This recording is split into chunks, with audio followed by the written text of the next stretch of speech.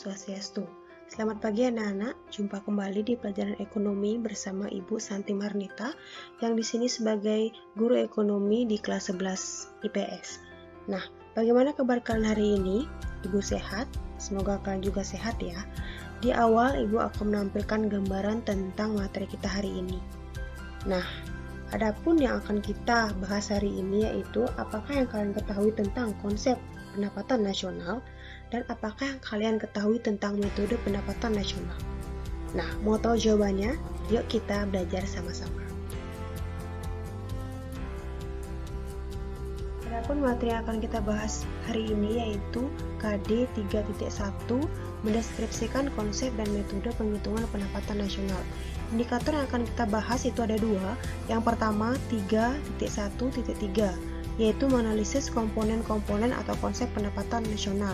Indikator yang kedua yaitu ada 3.1.4 di mana menganalisis metode penghitungan pendapatan nasional. Pertama yang akan kita bahas yaitu konsep pendapatan nasional. Adapun hal-hal yang akan kita bahas di konsep pendapatan nasional ini yaitu ada 6. Yang pertama ada produk domestik bruto atau PDB atau nama lainnya GDP.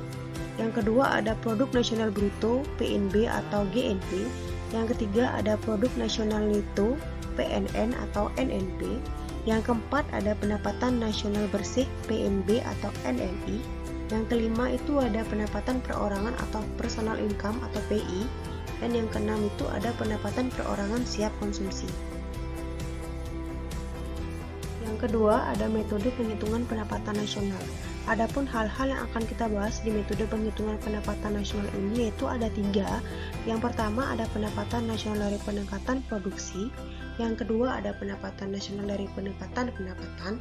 Dan yang terakhir itu ada pendapatan nasional dari pendekatan pengeluaran. Selanjutnya kita masuk ke indikator yang pertama yaitu konsep pendapatan nasional.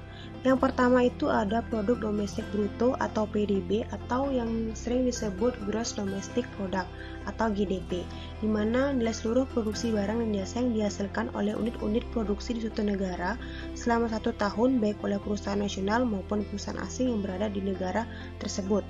Yang kedua itu ada produk nasional bruto atau PNB atau nama lainnya itu ada Gross National Product atau GNP yang dihitung dengan menjumlahkan nilai barang dan jasa yang dihasilkan oleh warga negara tersebut baik yang tinggal di dalam negeri maupun di luar negeri. Adapun persamaan yang digunakan yaitu bisa kalian lihat di sini di mana PNB sama dengan PDB tambah PFPN. Keterangannya ada di sini yaitu di mana PDB itu adalah produk domestik bruto, PNB sama dengan produk nasional bruto, PFPN adalah pendapatan neto atas faktor produksi dari luar negeri. Yang ketiga itu ada produk nasional neto atau PNN atau sering disebut dengan Net National Product atau NNP, di mana pendapatan nasional yang belum memperhitungkan unsur depresiasi disebut dengan produk nasional bruto. Nah, untuk memperoleh PNN, di mana nilai depresiasi ini tadi harus dikurangkan dari produk nasional bruto. Persamaannya adalah PNN sama dengan PNB dikurang depresiasi, di mana PNN itu adalah produk nasional neto dan PNB sama dengan produk nasional bruto. Yang keempat itu ada pendapatan nasional bersih atau PNB atau sering disebut dengan Net National Income atau NNI. Nah, untuk mengetahui besarnya NNI ini, di mana dikurangi dengan pajak tidak langsung. Persamaannya yaitu NNI sama dengan NNP dikurang pajak tidak langsung. Keterangannya NNI sama dengan pendapatan nasional neto dan NNP sama dengan produk nasional neto. Yang kelima itu ada pendapatan perorangan atau personal income atau PI, di mana seluruh pendapatan yang benar-benar diterima oleh masyarakat. Jenis pendapatan yang tidak termasuk dalam pendapatan nasional merupakan pendapatan pribadi.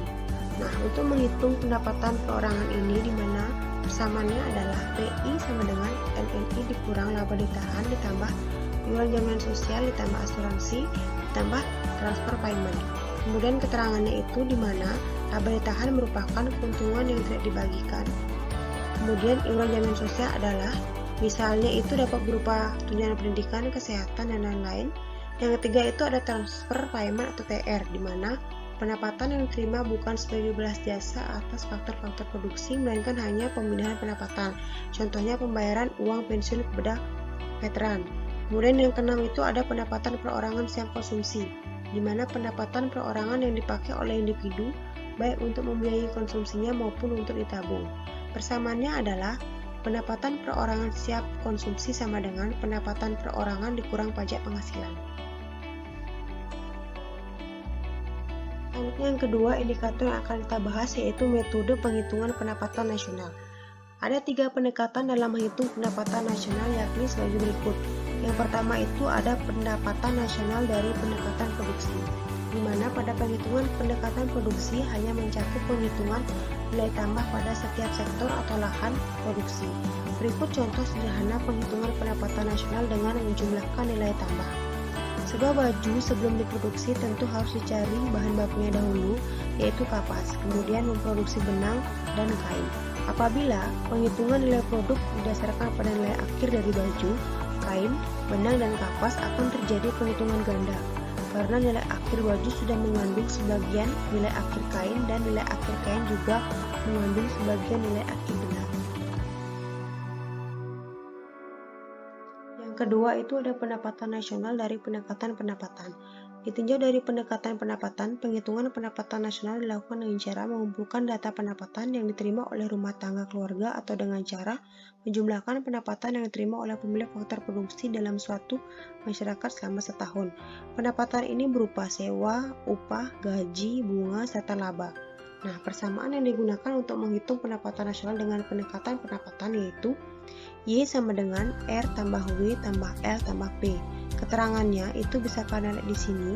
Y itu sama dengan pendapatan nasional, R itu sama dengan sewa atau belas jasa atas faktor produksi tanah, W itu sama dengan upah, belas jasa atas faktor produksi tenaga kerja, I itu sama dengan bunga, belas jasa atas faktor produksi modal, P atau laba itu sama dengan belas jasa atas faktor produksi skill.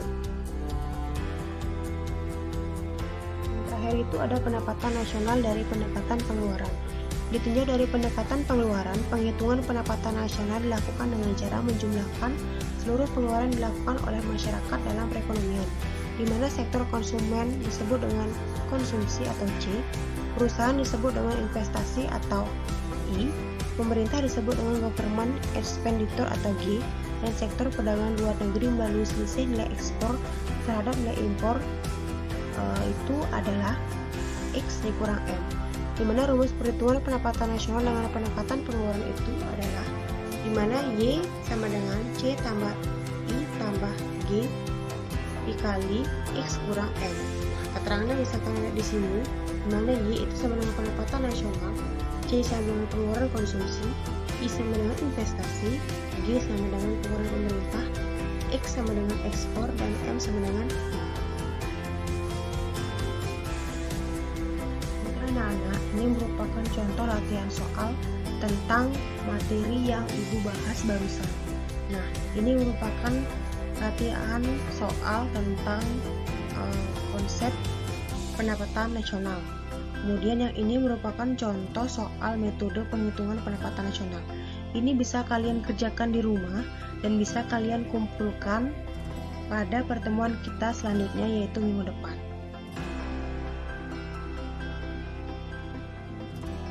Itu tadi penyampaian materi yang dapat Ibu sampaikan. Sekian pertemuan kita kali ini. Terima kasih atas perhatiannya dan sampai jumpa di pertemuan berikutnya. Om Santi Santi Satu.